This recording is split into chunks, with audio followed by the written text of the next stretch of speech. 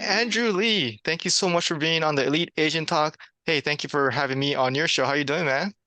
I'm doing pretty well. I'm very excited to be on your channel, and I love your channel. So this is a treat for me. How's everything with you? Good, good.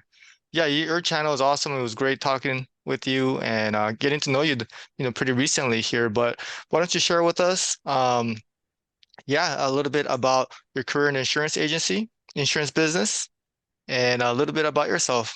I'm really excited about this one. Yeah, okay, let's do it. I mean, you know some about me, but I am the principal agent of Health Mutual Network. So we focus on mainly health insurance, right? So under 65, covered California, mostly individual, groups will do here and there, and Medicare, of course. So that's going to comprise of, basically what I do. I niche down just on sort of the health side. And yeah, I've been, doing this for 10 years now, oh man, 10 years. Started in 2014. And sort of like you, I just sort of got sucked into it, just everybody doesn't wake up one day and says, "Hey, I want to be an insurance agent." That's just not what it is. You have to get recruited somehow. Again, you went to a job fair, whatever the case is. My friend was like, that I went to college with, I went to UC Riverside. Um, so again, I know we were talking about sort of like the C-list kind of colleges. I went to a C-list college myself. I consider Long Beach State a little bit more prestigious than UC Riverside because Really? Well, I couldn't even make it to UC Riverside, so I got it's, denied from Cal State Long Beach. oh, really? Well, I thought UC's or well, yes, pretty much. Yeah, we're at the same level there. Yeah. But yeah, Anywho's so I was doing, right out of college, I had no like really just no skills. I was a musician, for a long time. I was very focused on doing music, and that was like sort of like my world. But then, reality hits, you got to pay your bills, and you're out of college now, and um so my friend that lived in the same apartment complex with me, he graduated a year above me, and he's like, "Hey, why don't you come on? I know you love living in San Diego, and you can live right next to the beach. And it's just like this insurance thing that like my friend is starting off. Um, yeah, no, you've met him before.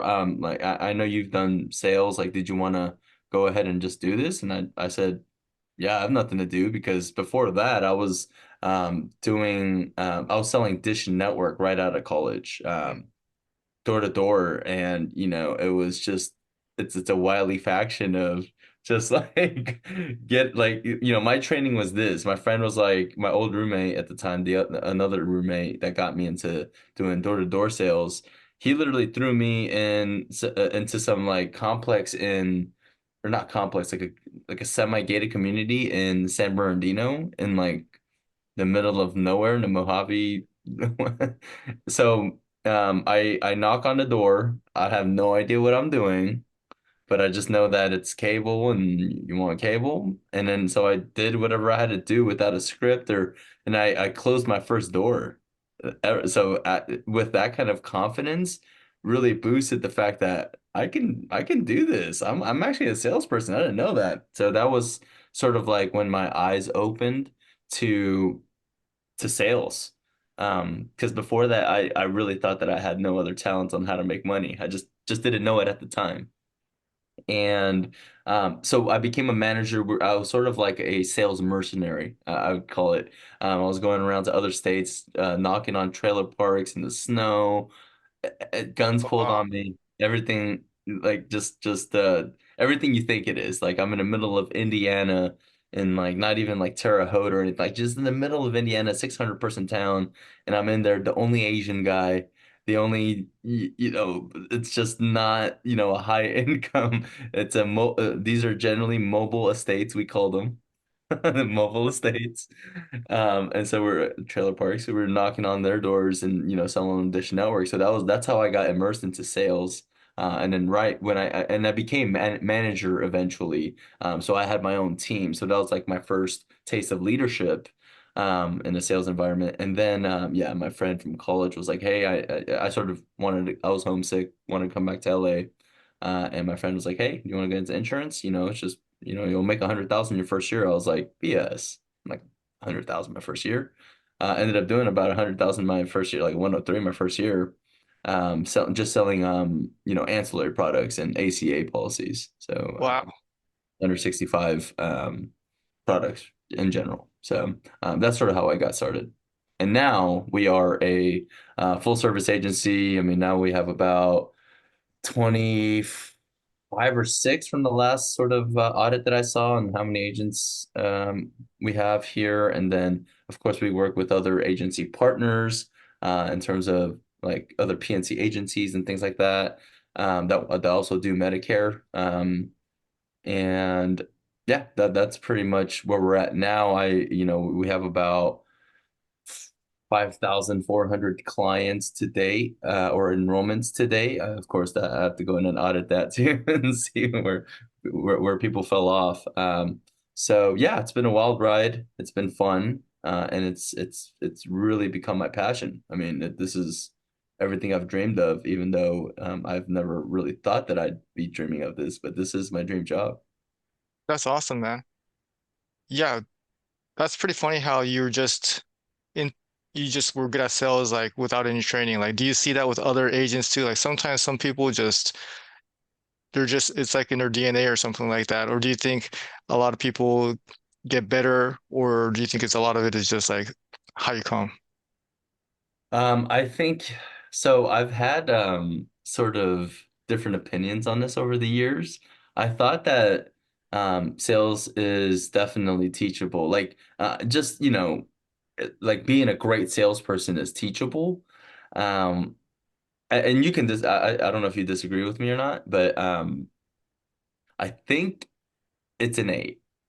And it's sort of, you get the gift of gab. Like I Dan, and on my podcast you're telling me, you were sort of shy and introverted, but but you sort of learned to channel that in and become a top producer yourself. But there's something in you, right? There's something in you that got you going, even though, words weren't your favorite things to say at the time, but there was a drive in you. So just putting all that together, all those factors, I believe that it is innate at this point. I do too. I've seen a lot of agents hire a lot of agents to have a lot of staff members, but a lot of the superstars are kind of like superstars from day one. Right. They have some gift of gab. They have some kind of weird edge about them. They just have the charisma. Yeah, or the people, yeah, and how to read people. It's just like a lot of it, I think, yeah, it's kind of how you come, not trained. But so those agents, 25, 26, just kind of new to that health side of it. But are those like um self-employed people that you kind of have they're selling under you, or how does that work? Or Yeah, that's a good question. So in our world, generally, yeah, with Medicare, we'll have 1099 agents that downline, just sort of like how it is with life insurance. Medicare's sort of the same deal, where if an agent is 1099, wanted to do their own business, um, then what, of course, and what we do is we hold their hands, till, you know, 50% of what we do is we'll hold their hands till they get to the door, but we're not gonna force you to cross it. That's on you, right? As the agent to cross that door. So yeah, we help train. We do 2 trainings a week. We have you're in our Facebook group, and that's not necessarily just for our agents, but it's for everybody to use, WhatsApp groups, communication lines, things like that. So that's sort of the 1099 field agents, quote unquote, uh, kind of how that goes. With my internal agents, those are just, butt and seat, make dials, LOAs, just sort of how you have it set up as well too. okay, so you have internal agents too? Yeah. Hmm. Oh, cool. So at this stage right now, are you more focused on recruiting agents and helping them train, or are you still kind of like helping your LA sell more? Like, is that like almost like two separate businesses, or? How Yeah, does it that sort work? of is. It sort of is. That's a great question. And it sort of very much sort of is because um, I hired my internal people. I did not hire my my downline agents, my 1099. So it's a different type of conversation that we're having, and it's different types of knowledge. It's different, with let's say for, the 1099 folk, I'm making sure that they're going to be the best business that they can be. So I'm telling them how to set up an LLC, how to what words you can't use with the California DOI and that kind of stuff, just like the basics if they're getting started, and then finally teaching them the products and then going into marketing because in our world, yeah, marketing is key, right? Because Dan, I mean, if you're signing up for health insurance, I mean, with your experience, signing up for health insurance is literally like, hey, do you want it or not, right? It's just sort of like a yes or no kind of product, just sort of maybe like with auto, I would compare it to.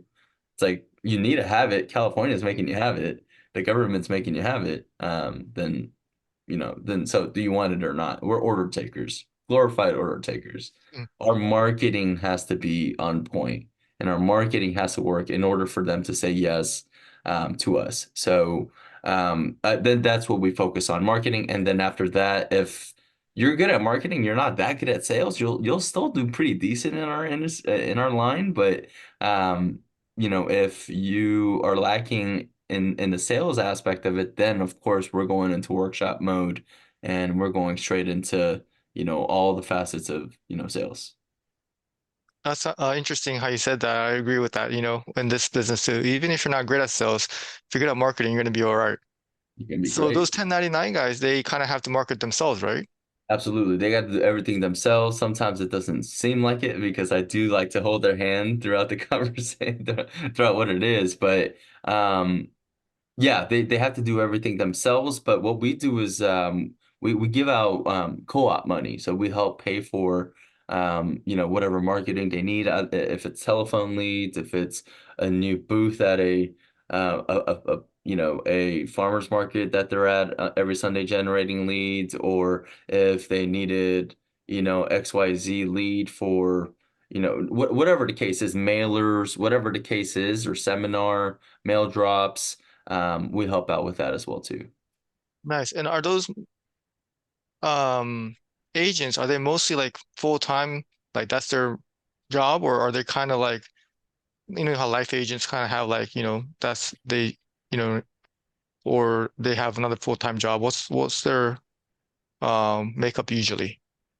So yeah, that's a good question. So it's sort of hard to just come into the industry and then just start crushing it from day one for most people. I mean, 9 out of 10 people aren't gonna make it. Let's just be completely real. But for those that are um, succeeding. Sorry, initial question. Sorry, what was the initial question again? Or like, are they like full-time? Yeah, Is that okay, their gotcha. career kind of? Yeah, so they'll sometimes have a different job. Obviously, they have to put food on the table. So they're 1 foot in, 1 foot out, by, just it is what it is.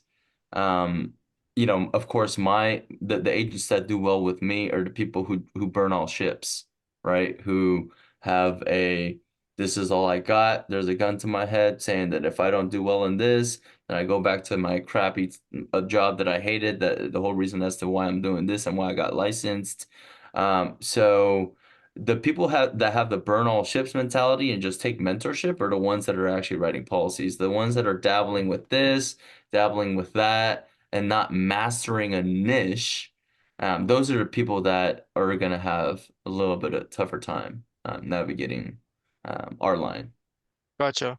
And then your in-house people, the LOAs, you have your own comp plan with them, and then you provide them with leads, or how does that work? Yeah, yeah, yeah. So that's for my own people, then I'm doing everything for them, right? Getting them licensed first, going over full trainings, then, of course, supplying all the leads, all the marketing is on us.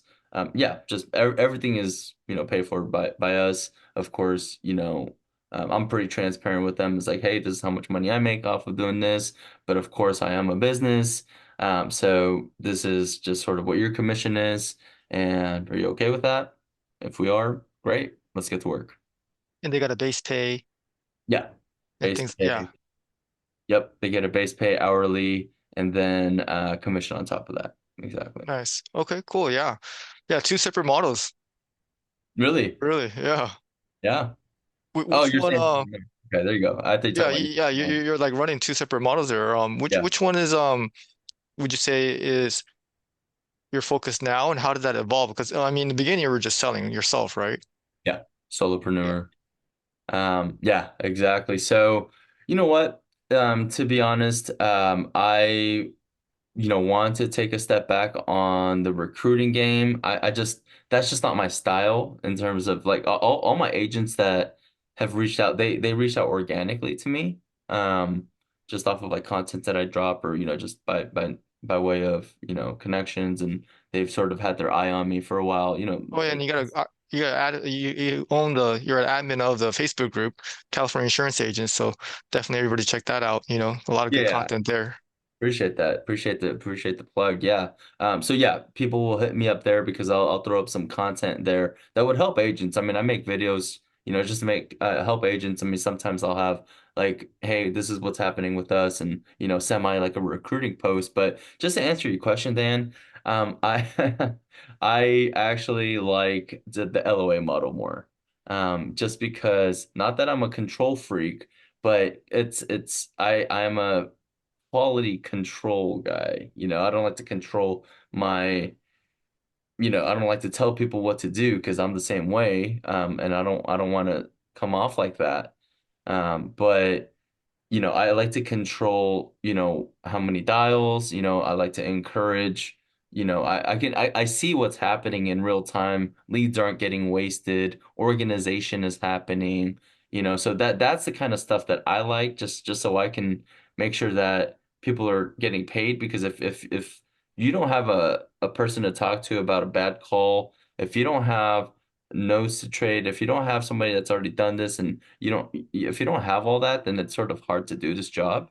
So, I actually like the LOA model just because the recruiting game, I think it's dirty. I mean, it is just what it is, right? I mean, and people will disagree with me, and I'm all about writing policies over recruiting agents. Like I'd rather have more policies than agents. Um, but I think it's a dirty game. It's just a lot of like I'm very much like, I don't want to be Machiavellian in terms of like, all right, I mean, I love to be loved, but you're gonna have to hate me because of competition or whatever the case. I just don't like that too much. So I try to mitigate that as much as I can. But if somebody's like, hey, Andrew, I really, really gravitate towards your content and what you have to teach me and what you have to say, then of course I'm gonna help. So I'm a little bit more selective these days.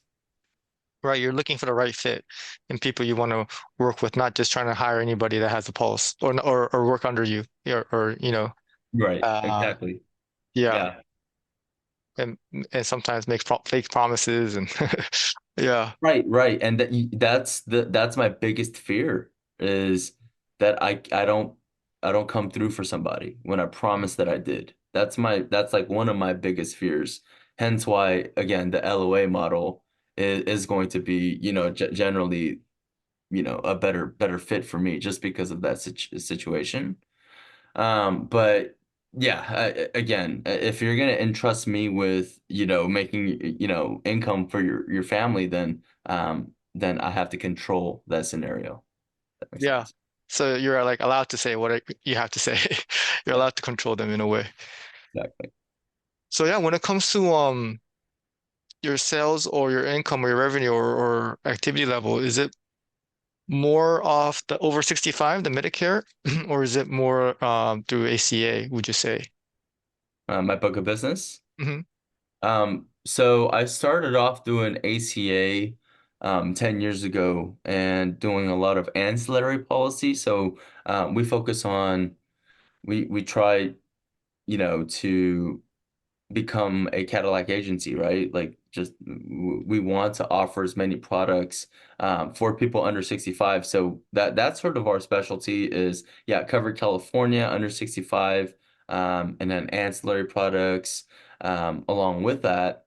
And then but as of recent, it's been Medicare, just because at a certain point, yes, ACA is, of course, you can make income with that, but there's just a lot of weird changes and a lot of shady things that are happening in the ACA world.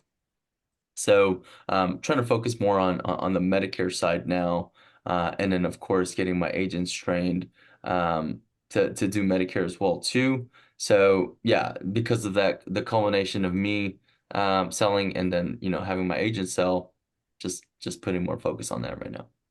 Nice.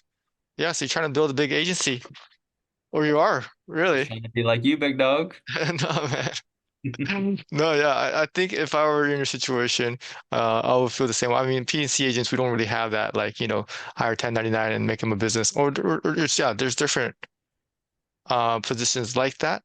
But yeah, building an agency, I think there's a lot of fun to it. But yeah, what kind of marketing strategies are working for you right now? So of course, like everybody, and I was curious to ask you that too. Um, how everybody starts is sort of, grassroots, right? If you, I mean, one of the questions I always ask my agents, um, is do you have more money right now to spend, or do you have more time to spend on your business? And if the answer is time, then we're gonna have to scratch and claw for your first deal, whatever we have to do, right? Get whoever's the most creative wins in this industry. It is just what it is in terms of marketing. So if you have to stand in line, let's say if you're doing ACA, for example, if you have to stand in line, act like you're a Uber, like signing up to be an Uber driver, but all those people are self-employed, and then you're just like, hey, actually, here's my business card. Here's my business card. I mean, guys, just give me a call. I know that right now, of course, you need insurance as well too. And some people, I think, you do need to have health insurance to drive. I think one of those companies make you do that. So doing things like that. I did some weird stuff. I mean, I was in a BNI group. Like, I just did a lot of anything that can help, posting on Facebook groups, and then of course from there just really branching out referrals, like really milking referrals from the clients that I already had, and then just grinding on that. And then you start building some capital, right? You start getting some income coming in. And from there, now you scale, right? Then you go into Facebook ads, then you go into um, I was running Twitter ads for a little bit. Didn't have the most success on that. And in-person celebration events have been pretty good.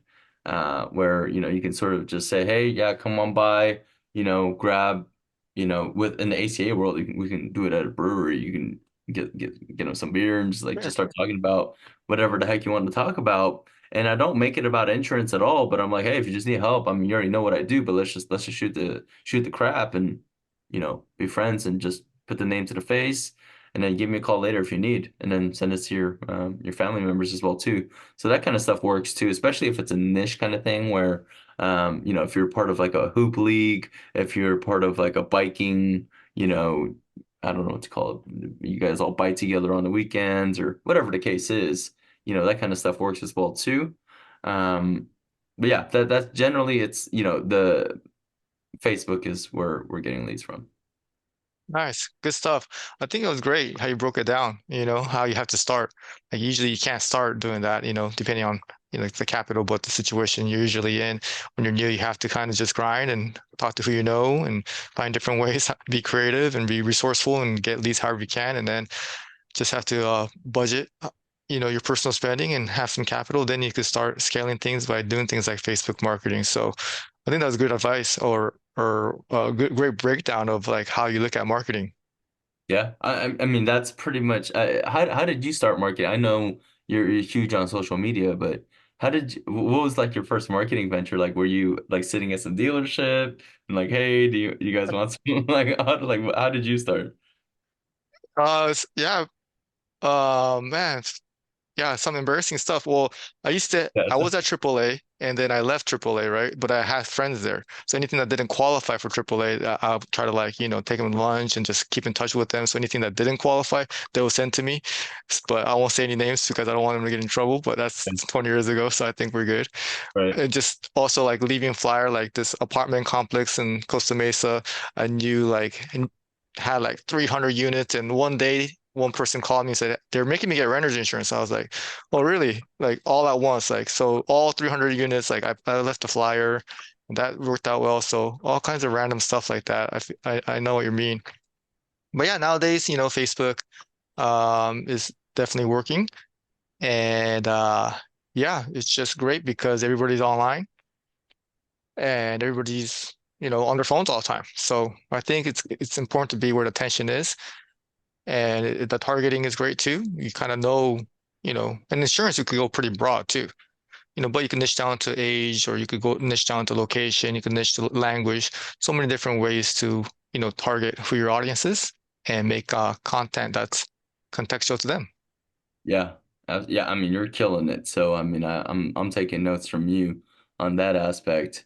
But it's just funny to see how you started because that's literally, how everybody needs to start. Just again, putting everything on the line, embarrassing yourself, falling on your face, messing up on your presentations.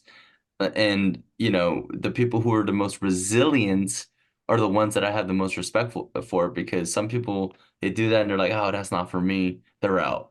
But they don't see the 3 years, the 5 years, the 10 years, the 20 years for you. They don't see the long game.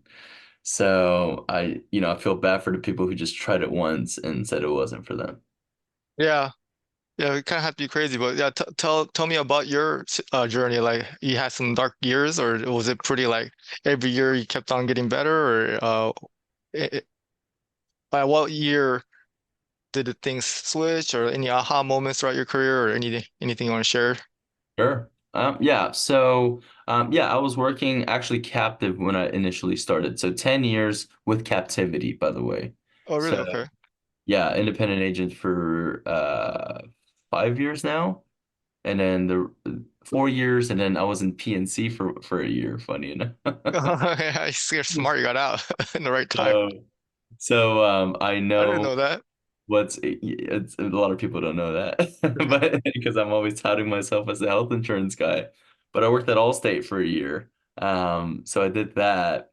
And I was just doing more personal line stuff. Obviously I left the commercials to the big dog because I was still pretty new. So yes, I was working at essentially a call center, and I mean, I think those are that's another correlation of like somebody being a really good producer is like you have just the day one innate kind of spirit and ability to say that I can do well at this, and then two, you worked at a call center for 3 to 4 years. Yeah, it's That funny. Yeah, we both that did, that's right? that Yeah. is the formula for, I mean, all the top producers I know, that's what they did.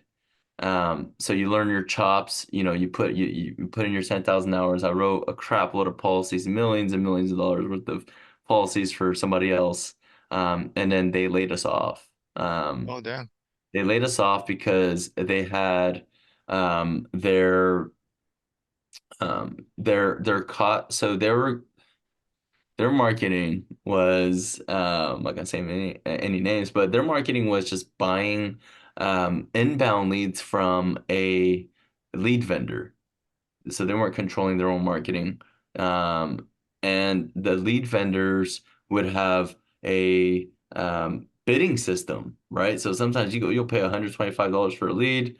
And mind you, this is ACA, mind you, this is not like the most commission. This isn't like a huge commercial or, an annuity policy, whatever the case is. Um, but their chargebacks ended up eating them alive on top of what they were paying for their leads, and the leads started getting more expensive. So and then that operation imploded. Mm. So they laid us off. I went over to well, I was in a job here and there. I sold fine art for a little bit. I was an art dealer in La Jolla. And that was not for money, by the way. That was just so, I'm single, so that was just for, just just so I could Lifestyle.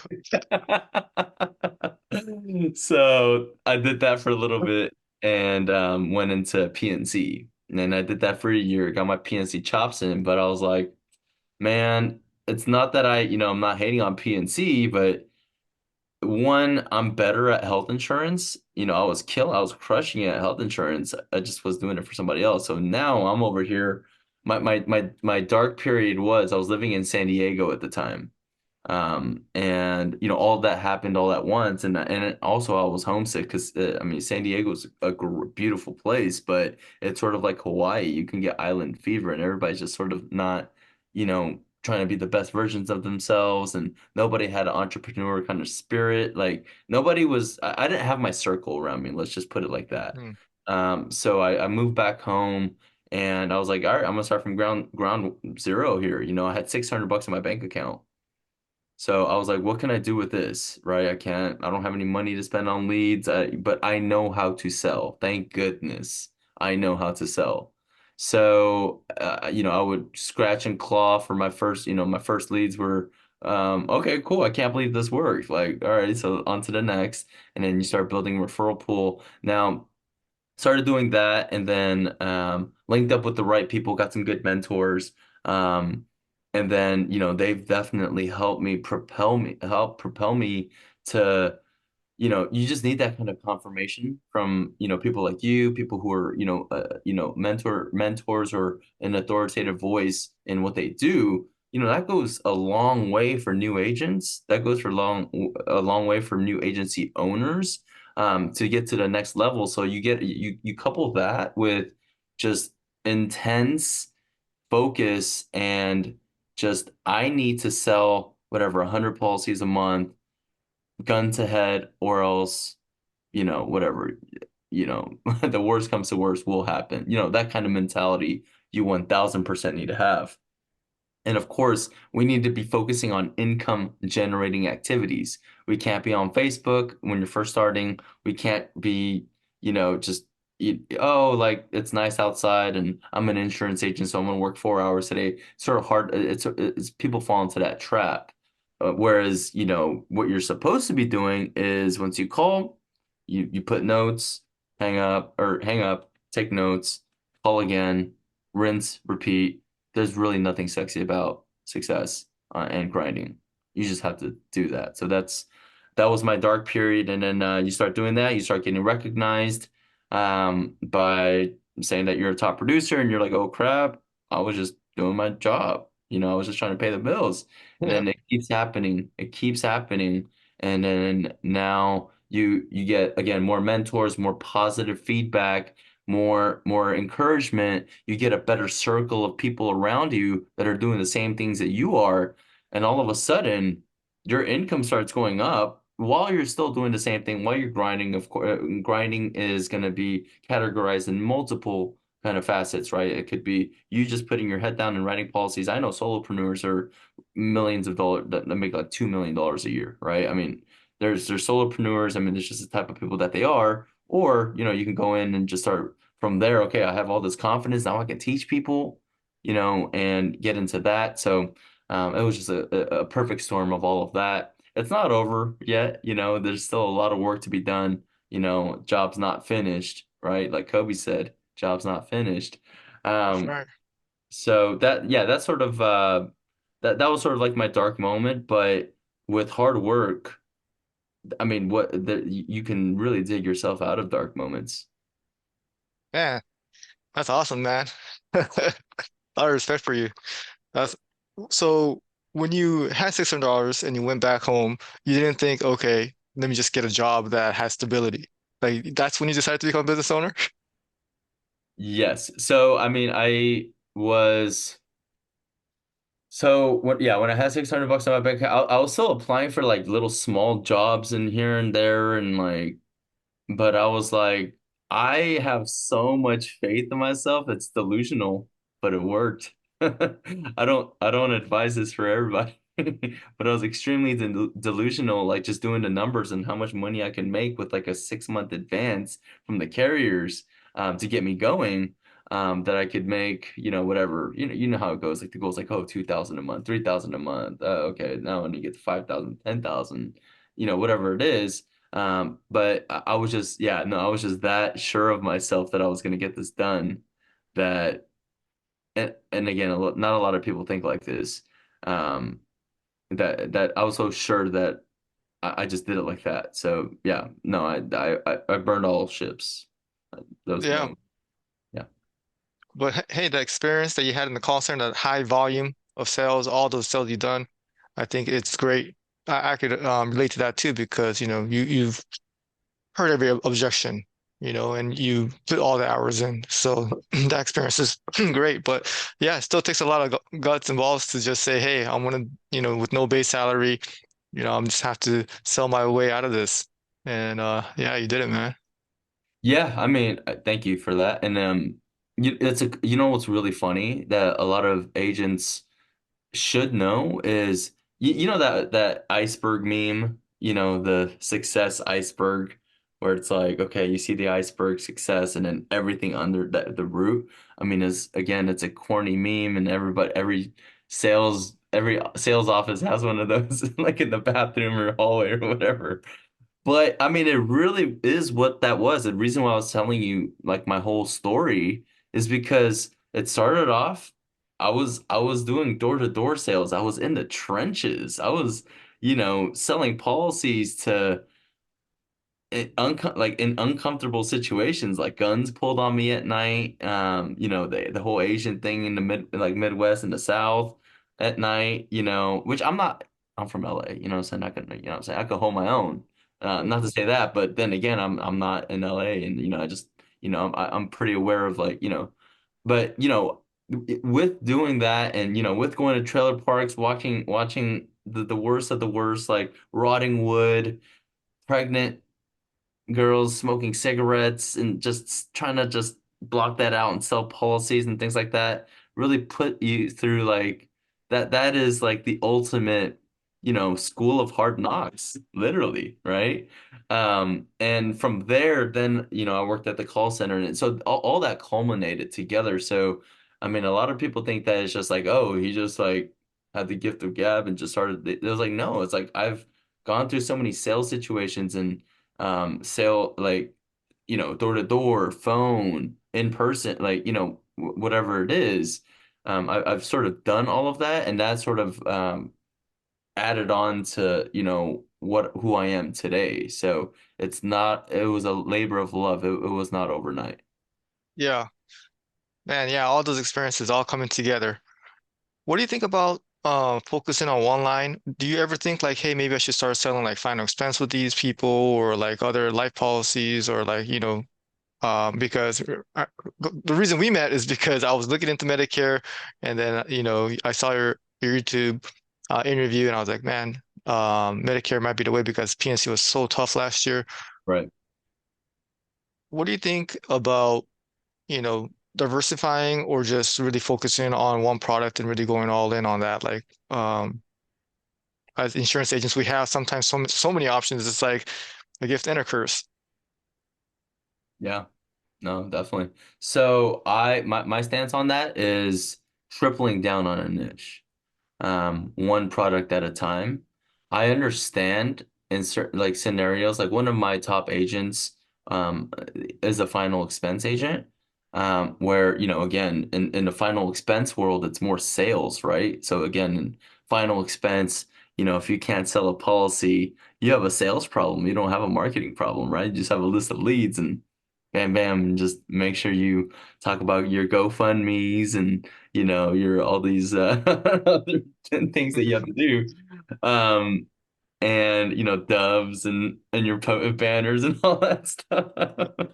So those people, they have to sell a policy, right? That you're really tugging at their heartstrings, and you actually have to sell a policy. And then all of a sudden you bring up Medicare, which is basically like a order taking kind of product. Then at that point, it's so much easier to just be like, okay, now, who do you have for your Medicare? And it's just at that point they're like, oh, I have this. It's like, oh, let's just do a quick review while I'm here. Why not? Because if it's person to person. And then that's another cross sell right there. And funny enough, the final expense is going to just be a first year premium generally, and not too much of a residual, or first year payout, but not too much of a residual. But the Medicare is so that's a deadly combination. Final expense as the front money, right? The front money, and then your legacy money with Medicare. So I in that scenario, if it goes hand in hand, great, because you're lead generating off of your book of business, or your future, clients that for final expense will turn into Medicare clients as well too. So I'm a full huge proponent of that. What I'm not a proponent of is people who are oh, Andrew, I need to get my Medicare and all these contracts in. And hey, do you have one for like travelers insurance in case that one of my clients, they go to a country and they have to travel? And do you have one for pet insurance? Because do you have one for like health insurance for like this other carrier in a totally different world and state? And that, no, you're stretching yourself out too thin at that point. You need to master like one thing, right? You need to master at the very least, if it's going to be health, Medicare and under 65 and group, right? I mean, they're all sort of have the same correlations with each other.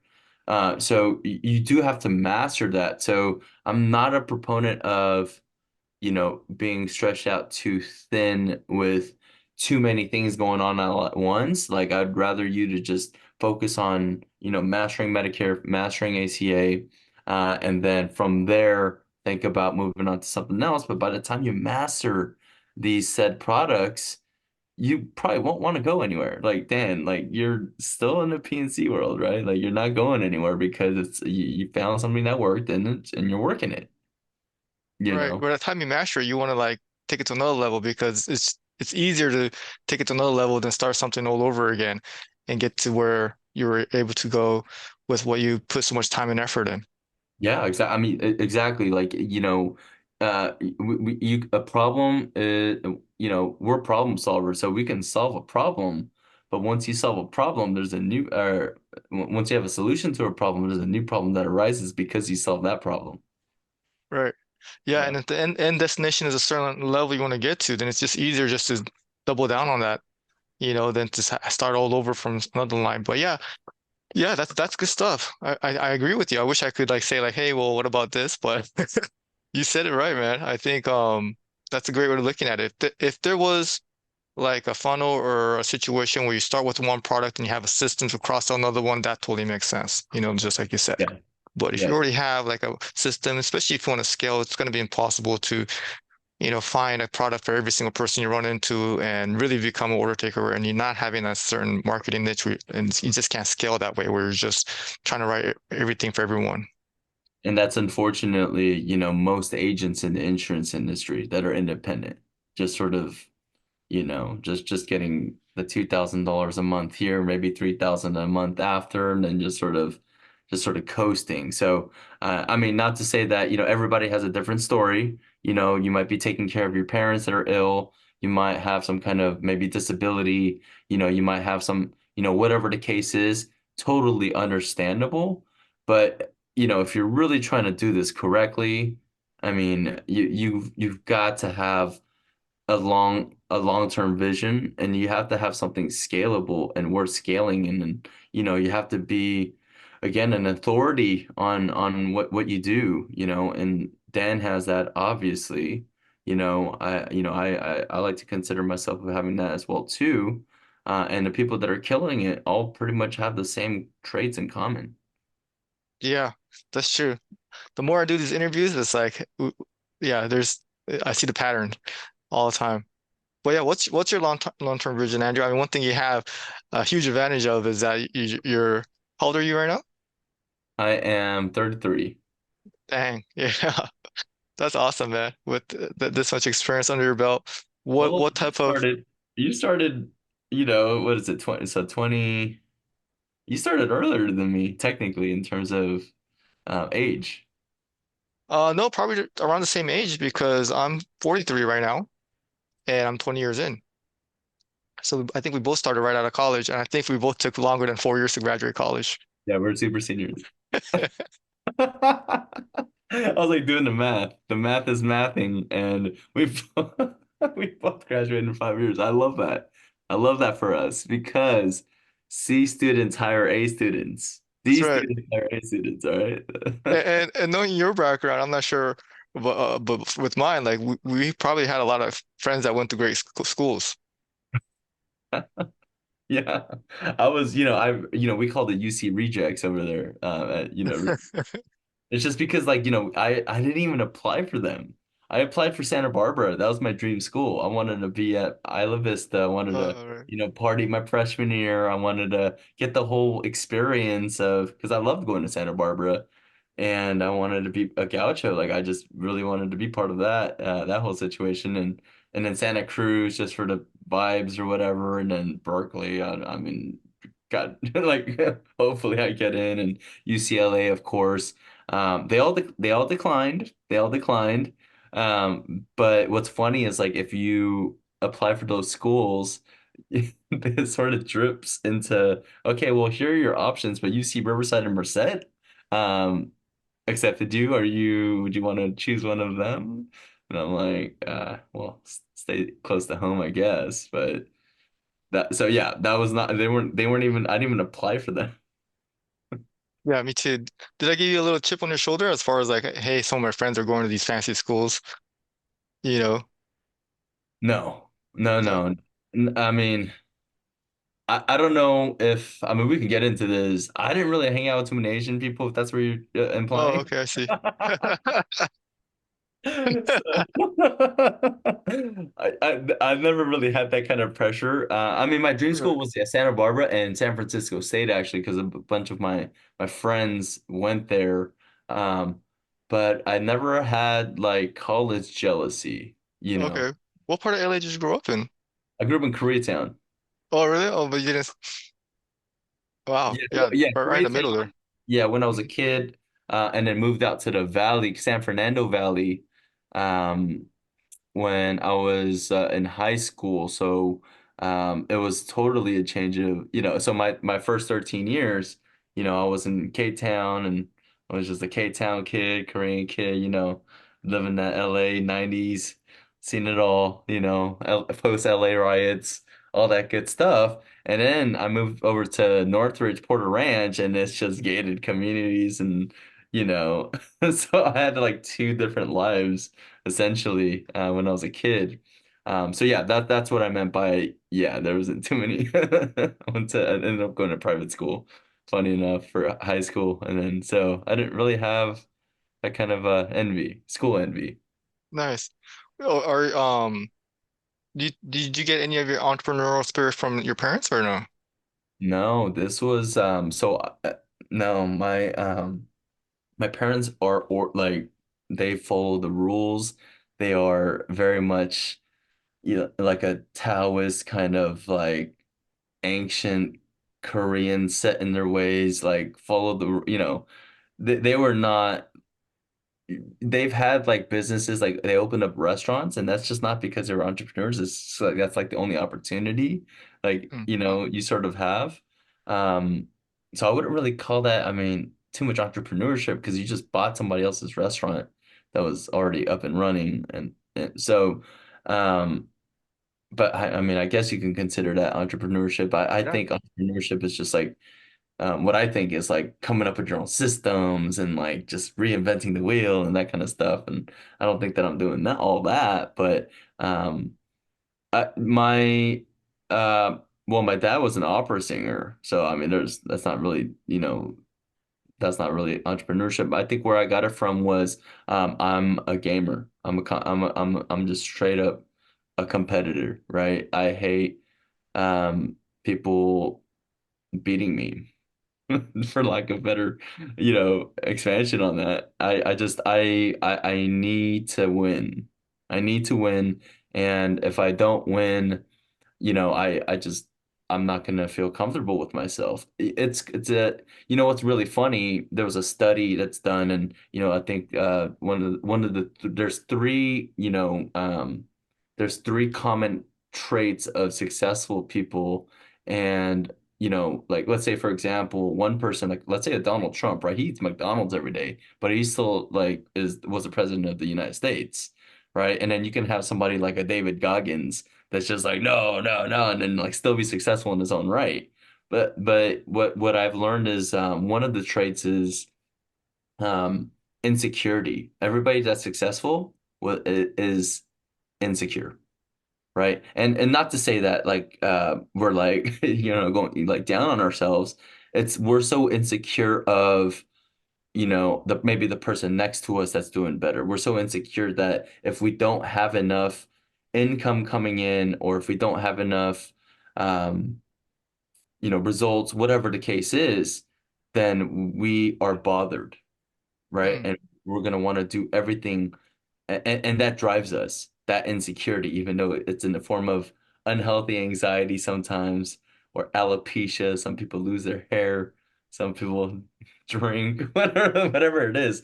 I think that's one of the traits that I have, which is a very weird kind of analysis on that, but um, I think that's what it is. I think I just don't want to be a nobody. yeah, no, I think fear is a strong motivator, and it's how you use it. So if you're competitive, sometimes it's like the fear of losing. Hey, am I not, and maybe I'm not doing enough. Maybe someone else there is outworking me. Those type of like thoughts kind of drive you. So I definitely relate to that.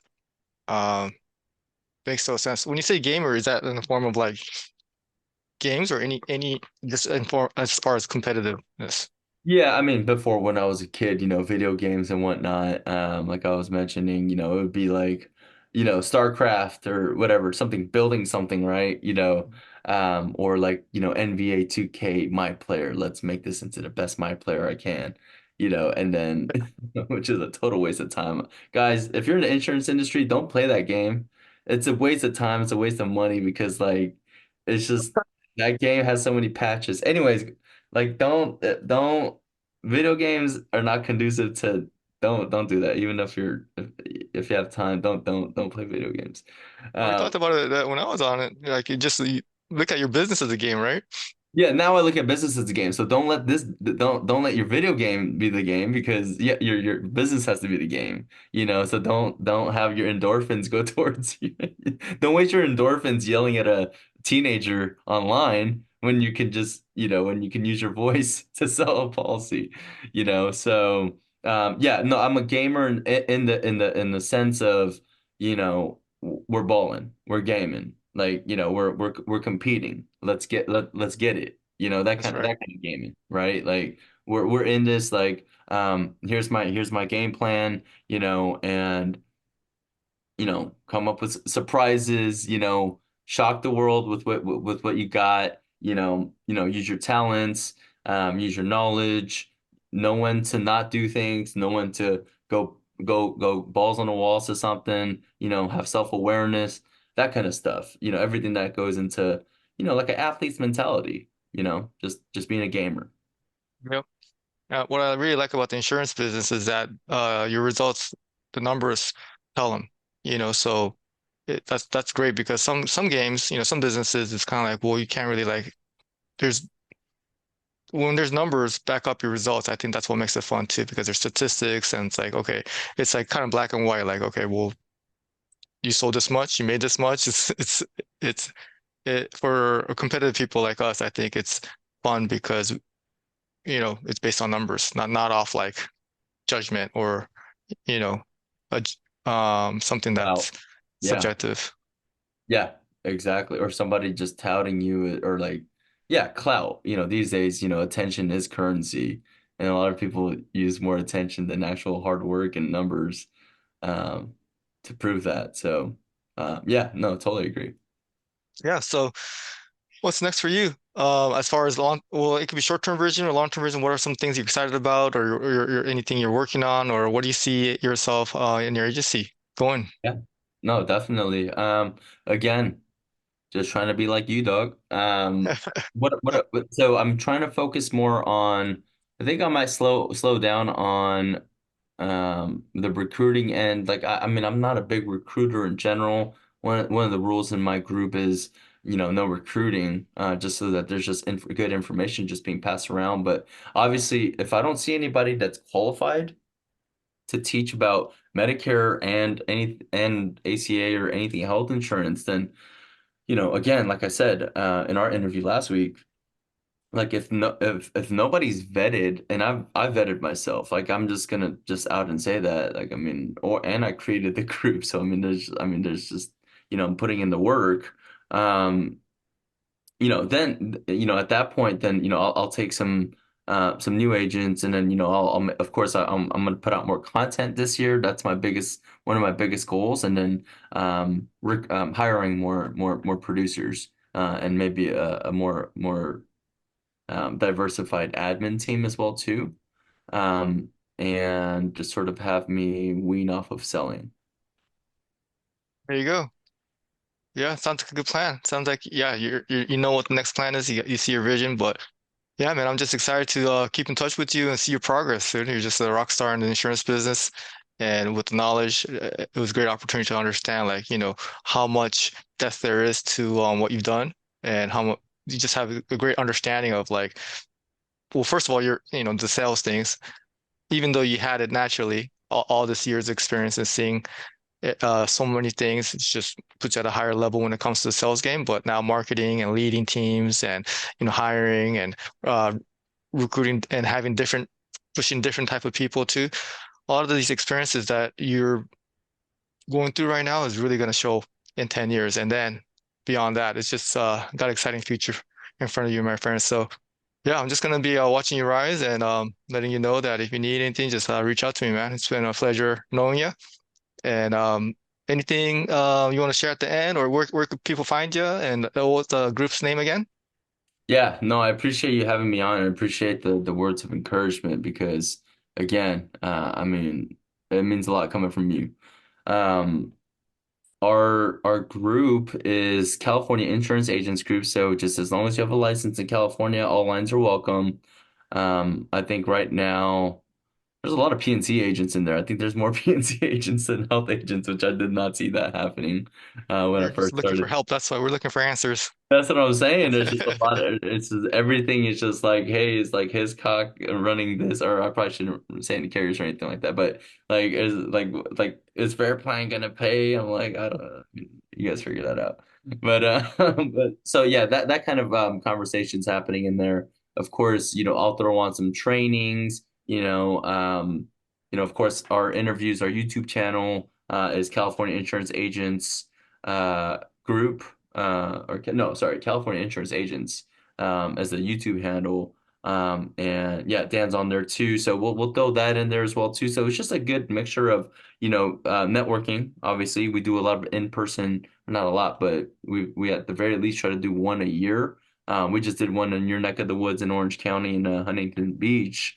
So we're going to try to do more of that, just more in-person get-togethers because realistically in California, we're I mean, with you guys, with any of the farmers, the state farms, the all states, you guys have a good, I mean, you guys get together in a conference or convention or whatever the case is, and you guys sort of talk to each other. You guys have known each other. You guys grew with each other in terms of business. But people who are just like just brokers and just have no like friends or no resources to really talk to, those are the people that I think would very much, benefit from, that kind of group, just the people that it's a lonely world sometimes for solo producers that are just trying to, make the 60,000, $100,000 a year. So that's what that's for. Nice, yeah. Well, man, that's great, man, that you're trying to help other agents out there. That's really gonna definitely come back to you. But you're right. Surrounding yourself with right, agents, not just for camaraderie, but information, mentorship, inspiration. Yeah, it is a tough world out there. So, getting around the right agents is half the battle. So, good stuff. Good stuff having that set up and providing that for us. But yeah, Andrew, once again, thanks for being on the show, man. Let me know if you need anything, but we'll definitely keep in touch. You just brought, so much knowledge and so much value. I really appreciate it. Yeah, no, thanks again for having me on. And yeah, Dan, I'll definitely take you up on that call. All right, cool. Clipper game. Favorite game, Laker game. All right. All right, thanks, Dan.